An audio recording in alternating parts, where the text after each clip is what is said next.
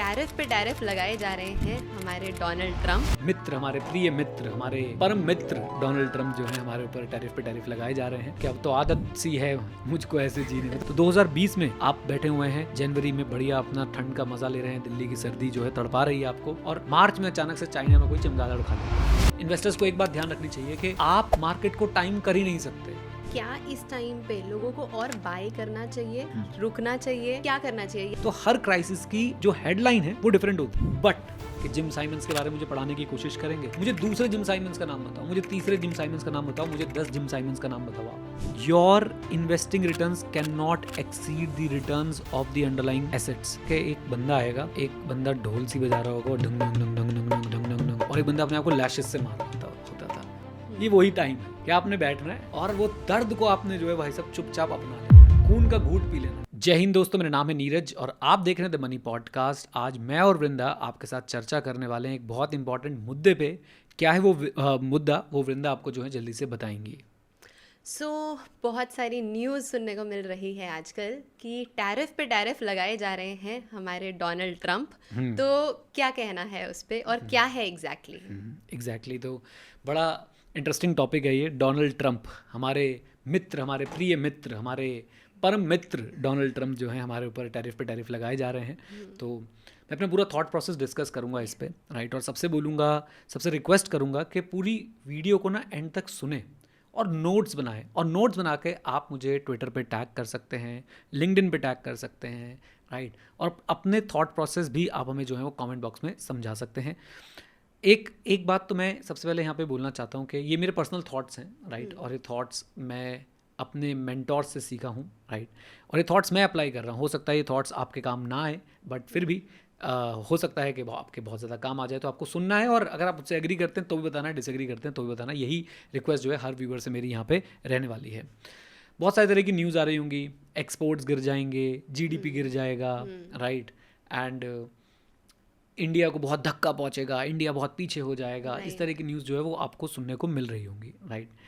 मैं सबसे पहली बात, पता है वृंदा क्या कहना चाहता हूँ? मैं ये कहना चाहता हूँ कि ये वो मूवमेंट्स हैं, ये वो समय है जो स्पेकुलेटर्स को और लॉन्ग टर्म इन्वेस्टर्स को अलग कर देता है, जो इन्वेस्टर्स को और इन्वेस्टर्स की खाल में घूमने वाले ट्रेडर्स को, जो एक्टिंग कर रहे होते हैं ना, उनको अलग कर देता है। ऐसे ही मूवमेंट्स होते हैं, क्योंकि ये मूवमेंट्स ना आपका टेस्ट ले लेते हैं, राइट। और मार्केट एक्चुअली में हमारा टेस्ट लिए ही जा रही है बड़े समय से, राइट। 26,200 पे टच होके फिर वो 22,000 तक गई, 22,100 तक गई थी if I am not wrong. फिर उसके बाद वो 25,200 जाती है, फिर उसके बाद वो 24,400 पे आ जाती है। तो मार्केट आपका टेस्ट तो ले रही है, और साथ में ट्रम्प बाबू ने उसमें आउट ऑफ सिलेबस क्वेश्चन भी डालने जो है वो शुरू कर दिए। आप बोल सकते हैं ऐसा कि आउट ऑफ सिलेबस जो है वो क्वेश्चन आ रहे हैं। तो अब ये मूवमेंट जो है ये सेपरेट करते हैं किसको? ये मूवमेंट सेपरेट कर देते हैं एक स्पेकुलेटर को लॉन्ग टर्म इन्वेस्टर से। अब ट्रू कलर्स जो हैं वो पता लगेंगे लोगों के कि भाई वो इन्वेस्टर हैं या फिर वो सिर्फ और सिर्फ एक क्या है, स्पेकुलेटर बन के जो है वो मार्केट में घूम रहे हैं। आपको क्या लगता है, ये पॉलिटिकल नॉइज ही है या फिर सही में इन्वेस्टर्स को इस पे चिंता करनी चाहिए? मुझे ऐसा लगता है कि भगवान ना करे कभी ऐसी खबर आए कि दुनिया ख़त्म होने वाली है, सिर्फ वही न्यूज़ है, बाकी सब नॉइज़ है, राइट। मैं ऐसा क्यों बोल रहा हूँ? जस्ट इमेजिन कि हम लोग दिसंबर 2007 में बैठे हुए हैं, राइट। और इंडियन स्टॉक मार्केट अपनी नई ऊंचाइयों को छू रही है, बुल रन चल रहा है ज़बरदस्त, राइट। हर किसी को लगता है कि वो भगवान है, क्योंकि वो जिस भी स्टॉक को छूता है वो स्टॉक जो है वो नई ऊंचाइयों पे पहुंच जाता है। एंड फिर आता है जनवरी 2008, और मार्केट्स में जो है वो भाई साहब हाहाकार मचनी शुरू हो जाती है। 2008 में हम सब लोग जानते हैं कि किस तरह का क्राइसिस रहा, राइट। ऐसे ही जस्ट इमेजिन कि आप जो है वो बैठे हुए हैं लेट अस से 2019 के एंड में या फिर 2020 के स्टार्टिंग में, आप लोग बोल सकते हैं। और वो फेज़ हम में से कई लोगों ने देखा होगा, राइट। मैंने तो खैर 2007-8 भी देखा है, आपने शायद बहुत अच्छे से फील किया हो 2019-20 को, राइट। तो 2020 में आप बैठे हुए हैं, जनवरी में बढ़िया अपना ठंड का मज़ा ले रहे हैं, दिल्ली की सर्दी जो है तड़पा रही है आपको, और मार्च में अचानक से चाइना में कोई चमगादड़ खा लेता है, राइट। और स्टॉक मार्केट जो है वो 40% नीचे आ जाती है। अब क्या उसके बाद क्या हुआ ये देखना है, राइट। इन इंसिडेंट्स के बाद क्या होता है ये देखना है। ये इंसिडेंट्स एक तरीके का स्पीड ब्रेकर बनते ज़रूर हैं, राइट। बट क्या इनकी वजह से क्या ये एक डेड वॉल बन जाते हैं आपके लिए, आपकी इकॉनमी के लिए, इंडिया की इकॉनमी के लिए? मेरे हिसाब से बिल्कुल भी नहीं। ऐसा बिल्कुल नहीं है कि ये आपके इकॉनमी के लिए एक डेड वॉल बन जाए। तो इस बात को अपने ध्यान रखना है कि ये सब ultimately at the end of the day सिर्फ और सिर्फ नॉइज़ है, राइट। यहाँ पे आपकी उंगलियाँ कितनी तेज़ चलती हैं ये नहीं चेक होगा, यहाँ पे आपकी नर्व्स कितनी स्ट्रांग है ये चेक होगा, राइट। मतलब मैं क्या कहना चाहता हूँ कि उंगलियाँ कितनी तेज़ चलती हैं, मतलब आप कितनी तेज़ ट्रेडिंग के अपने जो है वो ऑर्डर्स डाल सकते हो, कितनी तेज़ खरीद सकते हो, कितनी तेज़ बेच सकते हो, ये काउंट नहीं होने वाला है। यहाँ पे ये काउंट होने वाला है कि आपकी नर्व्स क्या स्टील की बनी हुई हैं, कि आपकी नर्व्स इस वोलेटिलिटी को झेल लेती हैं, या आप जो है इससे डर जाते हैं और डर के जो है वो मार्केट से भाग जाते हैं, या डर के जो है कोई ऐसा डिसीजन ले लेते हैं जो आपको नहीं लेना था। राइट, सो बेसिकली पेशेंस बहुत बड़ा रोल प्ले करने वाला है यहाँ पे। एग्जैक्टली। और एक बात मैं आपको बताऊँ, मैं जो किताबें पढ़ता रहता हूँ, मैं किन को पढ़ता हूँ मैं बता देता हूँ मैं किन को पढ़ता हूँ, क्योंकि मैं शायद हर एक व्यक्ति को कोट ना कर पाऊँ, तो ऐसा ना मेरे को बड़ा बुरा लगेगा अगर मैं किसी का क्रेडिट ले लूँ, तो इसलिए मैं सबका नाम ले देता हूँ। I read Warren Buffett, I read Charlie Munger, I read Williams Green, I read Morgan Housel, I read about Li Lu, और बहुत सारे जो लेजेंडरी इन्वेस्टर्स हैं, मोनीश पबराय, बहुत सारे लोगों के बारे में पढ़ता रहता हूँ मैं। तो उन्हीं की बातों से अगर मैं निचोड़ निकालने की कोशिश करूँ तो वो ये है कि आपके लॉन्ग टर्म रिटर्न्स का ना एक प्राइस होता है, पैसा। प्राइस मतलब कीमत होती है, पैसा नहीं। आपके लॉन्ग टर्म रिटर्न्स का एक कीमत होती है, और वो कीमत पैसे में नहीं होती है, वो कीमत इसी में होती है, वोलेटिलिटी में, फियर में, अनसर्टेनिटी में। याद रखिएगा इस बात को कि आपके जो लॉन्ग टर्म रिटर्न्स बनते हैं वो पैसों से नहीं बनते, क्योंकि पैसे जिसके पास है ज़रूरी नहीं हो स्टॉक मार्केट में सक्सेसफुल हो। जिसके पास वोलेटिलिटी को झेलने की पावर है, जिसके पास डर में भी कोई ज़बरदस्ती की एक्शन ना लेने की पावर है, जिसके पास अनसर्टेनिटी में बने रहने की पावर है, वही जो है वो असली रिटर्न्स बनाता है। और जिनके पास ये पावर्स नहीं है, लॉन्ग टर्म में वो सक्सेसफुल नहीं हो पाते हैं, क्योंकि लॉन्ग टर्म टिक ही नहीं पाते हैं। Right, so this is really nice. मतलब हमेशा हमें लगता है कि स्टॉक मार्केट में पैसा बनाने के लिए हमें इनिशियल कैपिटल चाहिए, मतलब इनिशियल पैसा चाहिए हमें, बट जो आपने चीज़ बोली दैट वाज रियली नाइस। मुझे लगता है कि इनिशियल पैसा तो चाहिए, लेकिन इनिशियल पैसे से सिर्फ आप रिटर्न नहीं बना सकते हो, क्योंकि इनिशियल पैसे के साथ भी कीमत आपको चुकानी पड़ेगी, और वो कीमत है वोलेटिलिटी, पेशेंस, साथ में जो डर, ये सब के सब चीज़ें जो हैं वो आपकी अनसर्टेनिटी, ये सब के सब कीमत है आपके रिटर्न्स की। तो ये आपको ध्यान में रखना पड़ेगा। सो यहाँ पे इन्वेस्टर्स क्या मिस्टेक आप बोलना चाहोगे कि बिकॉज बहुत सारे फेजेस हमने देखे हैं, और आपने तो काफ़ी सारे देख लिए, 2008 वाला भी, 19-20 वाला, मतलब 20 वाला भी, तो कौन सी सबसे बड़ी मिस्टेक आपको लगी कि वो बार बार ही दोहराई जाती है, चाहे पता है बट स्टिल दोहराई जाती है? मैं आपको एक बात बताता हूँ कि हर क्राइसिस की ना हेडलाइन डिफरेंट होती है, हर क्राइसिस की। 2007-8 वाले में हाउसिंग क्राइसिस था, 2020 में कोविड था, अब ये ट्रम्प की बात हो रही है। आप उससे पीछे जाओगे तो आपको और जो .com बबल था, उससे पीछे जाओगे तो आपको और कुछ मिल जाएगा। तो हर क्राइसिस की जो हेडलाइन है वो डिफरेंट होती है, बट इमोशनल स्क्रिप्ट जो है ना वो सेम होती है। अब इमोशनल स्क्रिप्ट क्या है, मैं एक बहुत कॉन्ट्रोवर्शियल बात बोलने जा रहा हूँ। मुझे लगता है कि हिंदुस्तान की ज़्यादातर जो बॉलीवुड और हॉलीवुड और ये जो साउथ वाली जो मूवीज़ होती हैं, राइट, बहुत कॉन्ट्रोवर्शियल बात बोल रहा हूँ मैं, इन सब की अंडरलाइन स्क्रिप्ट एक ही है, ज़्यादातर की, मैं हर किसी की नहीं बोल रहा हूँ। हीरो, हीरोइन, विलन, हीरो का हम्बल बैकग्राउंड, थोड़ा गरीबी वाला बैकग्राउंड, राइट, विलन होगा और वो थोड़ा सा दादागिरी और गुंडा बदमाश और उस तरह के एंगल उसको दिया जाएगा। मोटी मोटी स्क्रिप्ट जो है सेम होती है। तो जस्ट लाइक बॉलीवुड मूवीज़, हर फाइनेंशियल जो क्राइसिस होता है ना उसकी हेडलाइंस अलग होती हैं। अभी की हेडलाइन क्या, टैरिफ लग गया। अभी की हेडलाइन उससे 2020 में हेडलाइन क्या थी, कोविड आ गया। 2007-8 में हेडलाइन क्या थी, हाउसिंग क्राइसिस हो गया जी। उससे पहले क्या हेडलाइन थी, .com बबल हो गया जी। लेकिन लेकिन लेकिन इमोशनल स्क्रिप्ट जो है ना वो 100% सेम चल रही होती है, 100% सेम, राइट। और वो इमोशनल स्क्रिप्ट क्या है, मार्केट ना एक पेंडुलम की तरह फियर और साथ साथ में ऑप्टिमिज्म के बीच में जो है वो घूमती रहती है, इधर से इधर, इधर से इधर, होप, फियर, ऑप्टिमिज्म, पेसिमिज्म, इन दो चीज़ों के बीच में मोटे मोटे तौर पे जो है वो घूमती रहती है, right. Now coming to your question के इन्वेस्टर्स को क्या मिस्टेक नहीं करनी चाहिए, तो इन्वेस्टर्स को एक बात ध्यान रखनी चाहिए। ये काफ़ी लंबा सेशन जो है वो होने वाला है, राइट। अब जो मैं बताने वाला हूँ, इन्वेस्टर्स को एक बात ध्यान रखनी चाहिए कि आप मार्केट को टाइम कर ही नहीं सकते। आई थिंक इससे क्लासिक लेसन जो है मुझे नहीं मिला आज तक स्टॉक मार्केट में। आप मार्केट को, कोई भी मार्केट को कंसिस्टेंटली लंबे समय तक टाइम नहीं कर सकता। अब जिम साइमंस का एग्जांपल जो लोग मुझे देंगे कि जिम साइमंस के बारे में मुझे पढ़ाने की कोशिश करेंगे, मुझे दूसरे जिम साइमंस का नाम बताओ, मुझे तीसरे जिम साइमंस का नाम बताओ, मुझे 10 जिम साइमंस का नाम बताओ आप, राइट। आई होप मैं उनका नाम सही ले रहा हूँ। Let Mr Jim Simons, okay. Let Shri Jim Simons कहना कैसा कहना लगेगा ना, मतलब हिंदुस्तानी भी थोड़ा उसके अंदर इमोशंस आ जाएंगे। सो जिम साइमंस के लिए आप मुझे प्लीज़ बताइएगा, 15-20 जिम साइमंस बताइए मुझे, बहुत कम लोग होंगे जो बता पाएंगे, right. So my point is कि आप मार्केट को टाइम नहीं कर सकते, और आप अगर ये सोच रहे हैं अभी निकल जाता हूँ बाद में आ जाऊँगा, तो इससे बड़ी स्टुपिडिटी कुछ हो नहीं सकती। आप अगर ये सोच रहे हैं मैं अपनी SIP अभी रोक देता हूँ, इससे बड़ी भी स्टुपिडिटी कोई नहीं हो सकती है। इस पर बहुत रिसर्च हो गए हैं। अगर मैं आपको बोलूं कि आपने हर महीने की लोएस्ट पॉइंट पे इन्वेस्ट किया होता वर्सेस आपने हर महीने की रैंडम किसी भी डेट पे फिक्स इन्वेस्टमेंट की होती, बहुत स्टडीज़ हो चुकी हैं, कोई खास फर्क नहीं पड़ता आपके रिटर्न्स पे।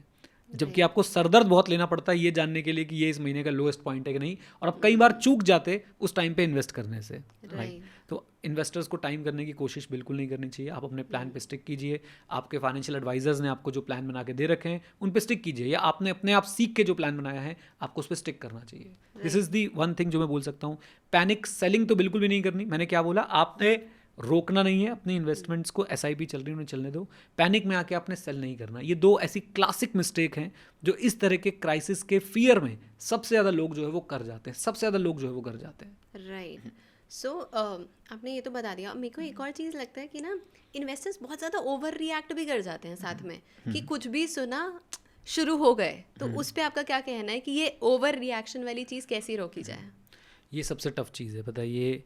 ये उन चीज़ों में से है जिसे मैं लिटरली बोल सकता हूँ कि कहना बहुत आसान है और करना बहुत ही ज़्यादा मुश्किल है, because it involves human behaviour, and the toughest thing to change is human behaviour. आप ये सोचो कि अगर कोई इंसान किसी चीज़ से एडिक्टेड होता है तो वो उससे एडिक्टेड रहता है, बहुत लंबे समय तक एडिक्टेड रहता है। बहुत कम लोग होते हैं जो उस एडिक्शन से बाहर आ पाते हैं। और हम अपने बिहेवियर से एडिक्टेड हैं, फियर से, ग्रीड से, पैनिक में बेचने से, जब मार्केट में ऑप्टिमिज्म हो तो खरीदने से, राइट। और इसका कोई ऐसा उपाय नहीं है जो मैं आपको दे सकूं।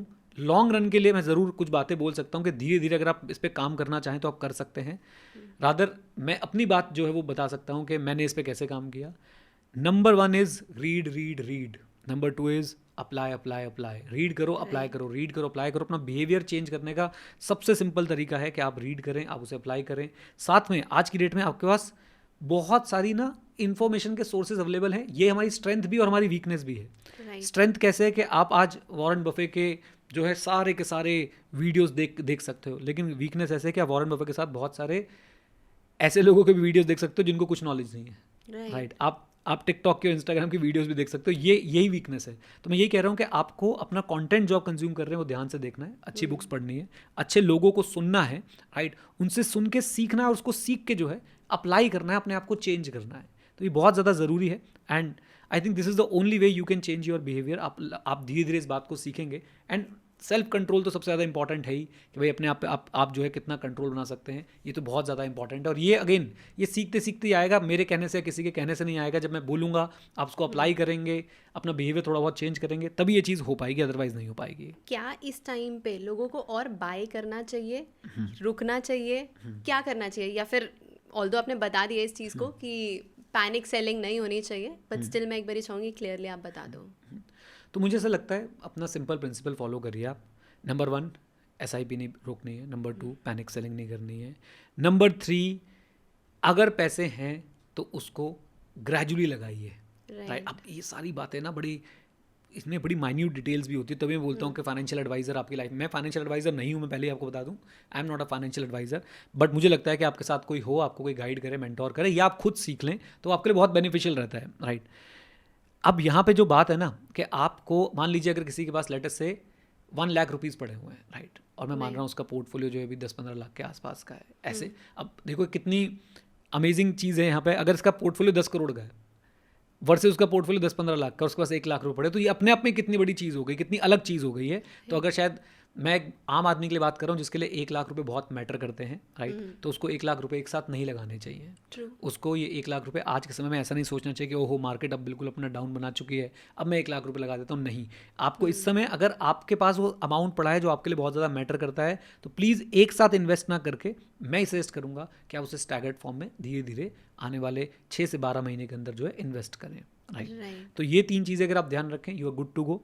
आप जहाँ भी इन्वेस्ट कर रहे हैं, आपका जो अंडरलाइंग बिजनेस है ना, वो सबसे ज़्यादा मैटर करता है। आप म्यूचुअल फंड के थ्रू कर रहे हो, आप देखो आपके म्यूचुअल फंड हाउस ने कहाँ इन्वेस्ट किया है। आप स्टॉक पिक कर रहे हो, आप देखो आपके जो स्टॉक के नीचे बिजनेस पड़ा है वो क्या कर रहा है। अगर वो बिजनेस स्ट्रांग है, अगर उस बिजनेस की अर्निंग पे कोई इम्पैक्ट नहीं आ रहा है और आ भी रहा है, वो टेम्परेरी है, वो संभाल लेगा बिजनेस, उसकी मैनेजमेंट अच्छी है, right, you are good to go, no problem at all. Panic करके अच्छे बिजनेस को बेच मत देना। सीक्रेट यही है कि अच्छे बिजनेस को पकड़ो, लंबे समय तक पकड़ के रखो। छोटी मोटी बातें इधर उधर होती रहती हैं। यूएस के प्रेसिडेंट आते गए, बदलते गए, कितने प्रेसिडेंट अभी तक बदल गए होंगे। मैं आपको वैसे बोलना चाहता हूँ कि अगर अंडरलाइंग बिजनेसेस अच्छे हैं, उनकी अर्निंग ग्रोथ्स बनी हुई है, तो आपको बिल्कुल भी आपको स्ट्रेस लेने की जरूरत नहीं है। म्यूचुअल फंड्स वालों को ये देखना है कि उनके म्यूचुअल फंड्स के पास जो बिजनेसेस हैं, कहीं उनके म्यूचुअल फंड भाई चोर चकारी वाले बिजनेस में तो इन्वेस्ट नहीं कर देते। ये चीज़ जो है अपने पास ध्यान में रखनी है। अंडरलाइंग एसेट सही है, अंडरलाइंग बिजनेस सही है, you good to go, right. So जो चीज़ आप बोल रहे थे ना, I was reading it somewhere, तो अगर आपने क्वालिटी जगहों पे पैसा इन्वेस्ट कर रखा है, इवन किसी ने बिल्कुल उस टाइम पे जब वो सोच रहे थे कि यार ये तो बिल्कुल ही हायर साइड पे जा चुका है, इवन उन्होंने भी वेल्थ बनाई है, मतलब बिल्कुल हाईएस्ट पॉइंट पे भी एंट्री लेने के बाद फिर भी उनकी लॉन्ग टर्म में वेल्थ बनी है। यस, बस इस पे एक मेरा एक प्रिकॉशन ये है कि don't try this with individual stocks. Exactly. आप क्योंकि जब आप म्यूचुअल फंड में होते हैं, आप पोर्टफोलियो स्टॉक्स में होते हैं, राइट? एंड मैं एक बात बोलना चाहता हूँ कि इस बात को कहीं पे लिख लो, your investing returns can not exceed the returns of the underlying assets. मतलब अगर आपके इन्वेस्टिंग रिटर्न्स अल्टीमेटली आपके बिजनेस किस रेट से ग्रो कर रहे हैं उसी को मैच करेंगे, उससे ज़्यादा नहीं हो सकते। आपके बिजनेस से ज़्यादा रिटर्न आपके इन्वेस्टिंग रिटर्न्स आपको नहीं दे सकते, क्योंकि आपके इन्वेस्टिंग रिटर्न्स निकल कहाँ से रहे? बिजनेसेस से। अब वो बिजनेस अगर ग्रो ही नहीं कर रहा तो आप भी ग्रो नहीं करोगे, वो बिजनेस ग्रो कर रहा है, आप भी ग्रो करोगे, लेकिन किसी भी हाल में आपके रिटर्न्स बिजनेस की ग्रोथ के रिटर्न से ज़्यादा नहीं हो सकते हैं। ये बात आपको बिल्कुल ध्यान में रखनी पड़ेगी, राइट। सो एक चीज़ और होती है, जब भी कोई इवेंट होता है ना, बड़ा इवेंट जिसे हम डिक्लेयर कर देते हैं, कोई मैक्रो इवेंट हो जाता है, तो लोग बोलते हैं कि ना रीबैलेंस कर लेना चाहिए अपना पोर्टफोलियो, तो उस पर आपका क्या कहना है?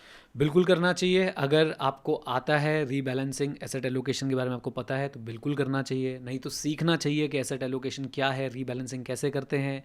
एंड साथ में अगर नहीं सीख सकते तो फाइनेंशियल एडवाइज़र के पास आपको जाना चाहिए और उनसे बात करनी चाहिए कि भैया हमें बताओ कि रीबैलेंसिंग क्या है, ये एसेट एलोकेशन क्या है। क्योंकि at the end of the day India में लोग सोचते हैं कि भाई सिर्फ इक्विटी चलाता रहूँगा तो मेरी वेल्थ क्रिएट हो जाएगी। And let me tell you guys, ऐसे नहीं होता। सिर्फ इक्विटी चलाने से आपकी वेल्थ क्रिएट नहीं होती। इक्विटी के साथ साथ डेट भी एक बहुत अमेजिंग अच्छी एसेट क्लास है जो आपके ओवरऑल पोर्टफोलियो को बनाने में आपकी बहुत हेल्प करती है, आपके इंपॉर्टेंट गोल्स अचीव कराने में बहुत ज़्यादा आपकी हेल्प करती है। तो डेफिनेटली मेरे हिसाब से आपको जो है वो अपने लिए एसेट एलोकेशन और रीबैलेंसिंग को कंसिडर करना चाहिए। जस्ट फॉर द बिगिनर्स मैं बता सकता हूँ, देखिए जब एसेट एलोकेशन क्या है, अगर अभी इक्विटी नीचे जा रही है और आपके पास आपका जो डेट का इन्वेस्टिंग है, जो आपने अमाउंट डेट में इन्वेस्ट कर रखा है, उसका अमाउंट काफ़ी बढ़ गया है, तो आप थोड़ा सा पैसा डेट से निकाल के अब इक्विटी में डाल सकते हो। कल को जब इक्विटी बहुत हाई वैल्यूएशन पे चली जाएगी और आपका डेट के वैल्यू जो है वो कम हो जाएगी आपके पोर्टफोलियो में, तो आप इक्विटी से निकाल के पैसा जो है वो डेट में डाल सकते हैं। कि जब ये सारे इवेंट्स हो रहे होते हैं, सो आपका सबसे पहला थॉट प्रोसेस क्या होता है, क्या करने वाले हो आप? बहुत बड़े क्वेश्चन है। मैं बहुत यूनिक एग्जांपल दूंगा इस पे। आपने कभी इंडिया में ना, बचपन में सरिता विहार में मैं रहता था, वहाँ पे ना संडे एक, उस प्रोफेशन का नाम मुझे याद नहीं है, उस प्रोफेशन में क्या होता है कि एक बंदा आएगा, एक बंदा ढोल सी बजा रहा होगा और ढंग ढंग ढंग ढंग ढंग ढंग ढंग ढंग, और एक बंदा अपने आप को लैशेस से मार रहा होता था। पता नहीं वो ये सबको कनेक्ट कर पाएंगे नहीं, कभी आपने देखे बंदा ऐसे? तो वो भाई वो अपने आप को जोर से जो है वो लैशेस से मार रहा होता, पट पट, बस ये वही टाइम है कि आपने बैठना है और वो दर्द को आपने जो है भाई सब चुपचाप अपना लेना है, खून का घूंट पी लेना है। मार्केट गिर रही है, आपको अपने बिजनेसेस पे विश्वास है, आपने सोच समझ के पैसा लगाया है, शांति से बैठे रहिए। आपको कोड़े जिसे बोलते हैं पड़ते रहेंगे, लैशेस आपको पड़ते रहेंगे ज़बरदस्त तरीके से, मांस भी छिलेगा, खून भी आएगा, दर्द भी होगा, लेकिन मैं आपको एक बात बोलना चाहता हूँ, सहना पड़ेगा। This is the only thing. मैं बोल रहा हूँ ना, यही तो स्पेकुलेटर को और आपके लॉन्ग टर्म इन्वेस्टर्स को सेपरेट करती है। सहना पड़ेगा, पैनिक सेलिंग नहीं करनी है। एक लाइन और बोल देता हूँ आप लोगों को, emotional discipline will beat intellectual cleverness in investing any day. Emotional discipline will beat intellectual intelligence in investing any day, right. हाँ, लॉन्ग रन में आप शायद बोलोगे कि एक दिन में, 2 दिन में, 1 महीने में, 2 महीने में, 1 साल में शायद आपकी इंटेलिजेंस जो है ना, आपकी क्लेवरनेस जो है, इंटेलेक्चुअल क्लेवरनेस, वो डिफीट कर देगी इमोशनल डिसिप्लिन को। बट लॉन्ग रन में हमेशा इमोशनल डिसिप्लिन जो है वो बीट करता हुआ दिखेगा आपको, आपके इंटेलेक्चुअल क्लेवरनेस को। और फिर वही बातें बार बार मैं बोलूँगा, focus on the quality of your investments rather than focusing on news, rather than focusing on अब बाहर की इकोनॉमी में क्या चल रहा है, माइक्रो मैक्रो फलाना ढिमाका। Focus on the quality of your investment, focus on the quality of your investing decisions. ये बहुत ज़रूरी है। एंड यस, मैं पर्टिकुलरली ऐसे समय में अपने आप को बिल्कुल इनएक्टिविटी में ले जाता हूँ। या तो मेरे पास, वैसे सच बताऊँ, मेरे पास जितने पैसे थे मैंने सबको जो है भाई साहब आर्बिट्राज फंड में डाल रखा है, वहाँ से STP लगा रखी है, तो मैं कुछ नहीं सोचता। कल को मार्केट बहुत ज़्यादा गिरती है, कोविड जैसी सिचुएशन बन जाती है, या 2007-8 जैसी सिचुएशन बन जाती है, इन दैट केस शायद मैं आर्बिट्राज फंड से लमसम पैसा निकाल के थोड़ा और लमसम इन्वेस्ट करना चाहूँ। अदरवाइज मैं कंप्लीटली इनएक्टिविटी जोन में चला जाता हूँ। कोड़े पड़ते रहते हैं, मांस फटता रहता है, खून आता रहता है, चुपचाप बैठ के सहने का है और कुछ नहीं करने का है, एकदम चिल्ड आउट रहने का है, right. And inactivity is the biggest activity जो आप इस तरह की सिचुएशन में कर सकते हैं। और आप अगर इनएक्टिव रह पा रहे हैं ना, तो आप में कुछ खास क्वालिटीज़ हैं, आपके अंदर एक लॉन्ग टर्म इन्वेस्टर की ज़बरदस्त जो हैं वो क्वालिटीज़ हैं, राइट। वो पोर्टफोलियो रेड में देखने की हिम्मत ही अलग है। यस, वो हिम्मत। मैं तो आतिफ असलम का गाना बोलना चाहूँगा कि अब तो आदत सी है मुझको ऐसे जीने में। तो आपको आदत जो है वो डालनी पड़ेगी कि भाई आपके पोर्टफोलियो में कितनी लाल किरणें नज़र क्यों ना आ रही हो, आपको एकदम चिल्ड आउट रहना सीखना पड़ेगा, राइट। सो एक और चीज़ मैं आपसे पूछना चाहूँगी, there will be few investors जो ना फर्स्ट टाइम इन्वेस्ट करने वाले थे और इतनी सारी न्यूज़ आने लग गई है, इतनी सारी चीज़ें उन्हें सुनाई देने लग गई है, उनका क्या अब एक्शन होना चाहिए? मुबारक हो आपको, आपके इन्वेस्टिंग जर्नी की शुरुआत में पता चल गया कि आपका मुकाबला किस बीस्ट से होने वाला है, राइट। स्टॉक मार्केट एक बीस्ट है और आपका मुकाबला उससे होने वाला है जो अपने मूड के हिसाब से कभी आपको पूंछ से मार देगा, कभी आपको आग से जला देगा, कभी आपके ऊपर आइस फेंक देगा, राइट। तो you have to be prepared, that's it. And welcome to the world of stock market, welcome to the world of volatility, uncertainty, welcome to the world of where despite having so much of money you cannot create long term wealth जब तक आपके पास patience नहीं है, right. Welcome to the world जहाँ पे एक janitor जो है वो एक इन्वेस्टमेंट बैंकर को बीट कर सकता है एक लॉन्ग रन में जाके, राइट। तो ये आपका स्वागत हो रहा है यहाँ पे। एंड आपको जितनी जल्दी नेचर समझ में आ जाए स्टॉक मार्केट का उतना अच्छा है। एंड मैं बस सबको, सारे इन्वेस्टर्स को ना एक मैसेज ये देना चाहता हूँ कि sit down and think over it. We have seen, अगर मैं रीसेंट पास्ट की बात करूं, we have seen Russia Ukraine, we have seen so called Iran, Gaza, and we have seen demonetization, we have seen GST, we have seen COVID, we have seen every damn thing in a span of 15 to 20 years, last 15 to 20 years, right। तो आपको घबराने की ज़रूरत नहीं है। आप ये सोचिए कि क्या आपके अंडरलाइंग बिजनेस सही कर रहे हैं काम या नहीं। बस आपके टैरिफ पे आपका लॉन्ग टर्म रिटर्न डिपेंड नहीं करता, ट्रम्प पे तो बिल्कुल भी नहीं करता, ये मैं गारंटी दे रहा हूँ आपको। वो आएगा, कुछ समय के लिए उथल पुथल हो जाएगी, होने दो, कोई बात नहीं है, राइट। किसी एक व्यक्ति विशेष पर और उसके ज़बरदस्ती के लिए गए डिसीजंस पे आपका रिटर्न डिपेंड नहीं करता। आपका रिटर्न डिपेंड करता है आपके बिजनेसेस पे, आपका रिटर्न डिपेंड करता है आपके इमोशनल इंटेलिजेंस पे, आपके इमोशनल बिहेवियर पे। अगर वो इन कंट्रोल है, you are good to go, right. और कोई चिंता करने की जरूरत नहीं। नए इन्वेस्टर्स हैं, अभी आपने SIP शुरू करी है, हो सकता है आपको, मैं खुद आपको डरा रहा हूँ, हो सकता है आपको 1 साल 2 साल 3 साल म्यूटेड रिटर्न्स दिखें, आपको नेगेटिव रिटर्न्स दिखें। लेकिन याद रखें, अगर आपने सोच समझ के सही म्यूचुअल फंड सेलेक्ट करे हैं, सही स्टॉक सेलेक्ट करे हैं, आपको बिल्कुल भी नहीं डरना है। बल्कि इस समय में आपको अपना अमाउंट एक जगह पे इकट्ठे करते रहना है SIP मोड के थ्रू, ताकि एक अच्छा अमाउंट एक्यूमुलेट हो जाए। और जब नंबर आएगा, जब मार्केट भागती है तो भी तो फिर ऐसी भागती है कि साल में 40 रिटर्न दे रही है, 50% रिटर्न दे रही है, 60% रिटर्न दे रही है, तो मार्केट भागती भी ऐसी है, फिर आपका पोर्टफोलियो भागता भी वैसे ही है। तो आप वो चीज़ मिस ना कर जाएं, इसलिए आज इन्वेस्ट करते रहिए, बड़ा अमाउंट जो है वो अपने पास इकट्ठा करते रहिए। Right, great. तो हमने बहुत सारी चीज़ें डिस्कस कर ली, मतलब बहुत अच्छे से आपने एड्रेस करे सारे क्वेश्चंस।